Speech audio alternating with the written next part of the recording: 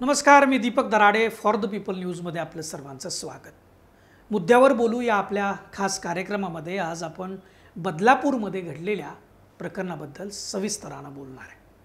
बदलापूरमध्ये नेमकं काय घडलं, पोलीस हिरोऐवजी विलन का झाले, नागरिकांचा इतक्या मोठ्या प्रमाणामध्ये उद्रेक का झाला असेल, यासह या संदर्भामध्ये घडलेल्या राजकारणाबद्दलही आपण बोलणार आहे।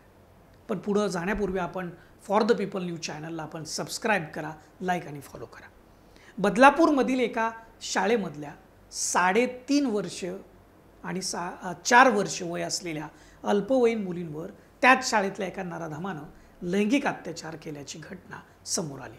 12 ऑगस्ट आणि 13 ऑगस्ट रोजी या 2 लैंगिक अत्याचाराच्या घटना घडल्या। त्या मुली शाळेत जाण्यास नकार द्यायला लागल्या आणि त्यातील एकीनं आईला शूच्या जागी मुंग्या चावतायत असं सांगितल्यानंतर तिला डॉक्टरकडे नेलं आणि त्यावेळी ही लैंगिक अत्याचाराची घटना उघडकीस आली। त्यानंतर दुसऱ्या मुलीवर अशीच घटना झाल्याची बाब देखील समोर आली आणि नंतर पालकांनी हे मेडिकल रिपोर्ट शाळेकडे दिले, परंतु शाळेच्या प्रशासनानं त्यावर कारवाई करायच्या ऐवजी गप्प बसणं पसंत केलं। पालकांनी पोलीस स्टेशनमध्ये धाव घेतली, परंतु पोलिसांनी 12 तास होऊनही गुन्हा दाखल केला नाही। त्यानंतर स्थानिक नेत्यांचा दबाव वाढला आणि तक्रार दाखल करून घेतली। आता ही घटना 12 व 13 ऑगस्टला घडूनही कारवाई होण्यास इतकी दिरंगाई का केली गेली, याचं उत्तर सरकार देईल का? असं काय घडलं की सरकारचे हात कारवाईस बांधले गेले होते? पोलीस प्रशासनावर कोणाचा दबाव होता? ही शाळेवर म्हणजे त्या शाळेवरती भारतीय जनता पार्टीचे नेते पदाधिकारी आहेत असं ॲडव्होकेट जयेश वाणी यांनी त्यांच्या एक्स हँडलवर 19 ऑगस्ट रोजी दुपारी 2च्या सुमारास एक पोस्ट करून जाहीर केलं आणि यामध्ये घडलेल्या संबंधित घटनेसमितीची सविस्तर माहिती दिली।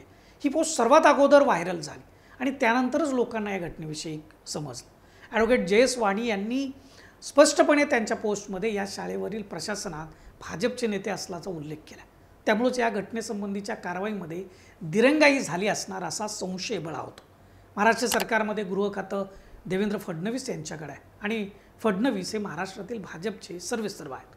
आता या प्रकरणात नेमकं कोणी कुणाला फोन केले, कोणी दबाव टाकला, या गोष्टी पोलिसांनी जाहीर केल्या तर बरं होईल।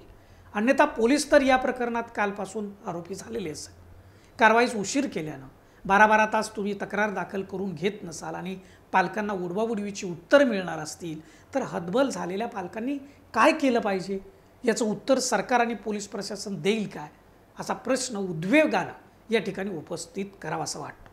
सरकार, पोलीस प्रशासन, व्यवस्था दखल घेत नाही, म्हणूनच तर पालक बदलापूर रेल्वे स्टेशन असेल किंवा शाळेच्या इमारतीबाहेर जमले आणि त्यांनी रेल रोको केला। ती पालकांची उत्स्फूर्त प्रतिक्रिया होती। त्या रेल रोको दरम्यान कुणी लाडकी बहीण योजना नको, लाडकी बहीण सुरक्षित राहील ते बघा, अशा घोषणा लिहिलेले फलक झळकावले। खरं म्हणजे अशा प्रकरणामध्ये राजकारण करणं योग्य नाही, परंतु ते फलक झळकावणाऱ्यांचा हेतू काय होता हे त्यांनाच विचारायला पाहिजे। सध्या लाडकी बहीण योजनेचं प्रमोशन इतक्या जोरात सुरू आहे आणि त्याच दरम्यान या लैंगिक अत्याचाराच्या घटना समोर आलेल्या आहेत। कदाचित त्यामुळेही उपरोधिकपणे चीड येऊन असे फलक झळकावले गेले असतील अशी शंका या ठिकाणी येते। सरकारमधील मंत्री गिरीश महाजन यांनी या प्रकरणी राजकारण करू नये म्हणून आवाहन केलं। त्यांचं म्हणणं खरं आहे, या घटना राजकारण करण्याच्या निश्चितच नाही आहेत, परंतु मंत्री महोदयांनी ही गोष्ट समजून घ्यावी की ज्या पद्धतीनं गुन्हा दाखल होण्यामध्ये दिरंगाई झाली ही बाब लक्षात घेतली पाहिजे। तर बदलापूरच्या नागरिकांच्या, तिथल्या पालकांच्या भावनांचा उद्रेक झाला तो आपल्याला समजून येईल। त्याचबरोबर आता नागरिकांचा उद्रेक झाल्यानंतर ज्या पद्धतीनं पोलीस, गृह खातं, सरकार गतिमान झालेलं दिसतं तेच अगोदर झालं असतं तर आजचा उद्रेक झाला नसता, हे देखील लक्षात घ्यायला हवं। पोलिसांनी लाठीचार्ज केल्यावरून 2 मतप्रवाह समोर येत आहेत। खरं म्हणजे घटना खूपच भावनिक आहे, त्यामुळे लोकांमधला रोष लक्षात येत होता। रेल रोको केलेल्या नागरिकांना पोलिसांनी अनेक वेळा समजून देखील सांगितलं, परंतु नागरिक ऐकण्याच्या मनस्थितीत नव्हते। इतक्या प्रदीर्घ वेळानंतर रेल्वे रोखून धरण्याचं समर्थन हे करता येत नाही। नागरिकांनीही ते समजून घ्यायला पाहिजे। आपल्या काही मुद्द्यांकडे लक्ष वेधून घेण्यासाठी दुसऱ्या सामान्य नागरिकांना वेठीस धरण्याचं समर्थन करता येणार नाही। मात्र पोलिसांनी सुरुवातीलाच गुन्हा दाखल करण्यात तत्परता दाखवली असती तर आज विलन झालेले पोलीस हिरो ठरले असते। तुमच्या चुकीच्या कामांमुळे आज तुम्ही लोकांच्या मनातून उतरल्याचं दिसत होतं।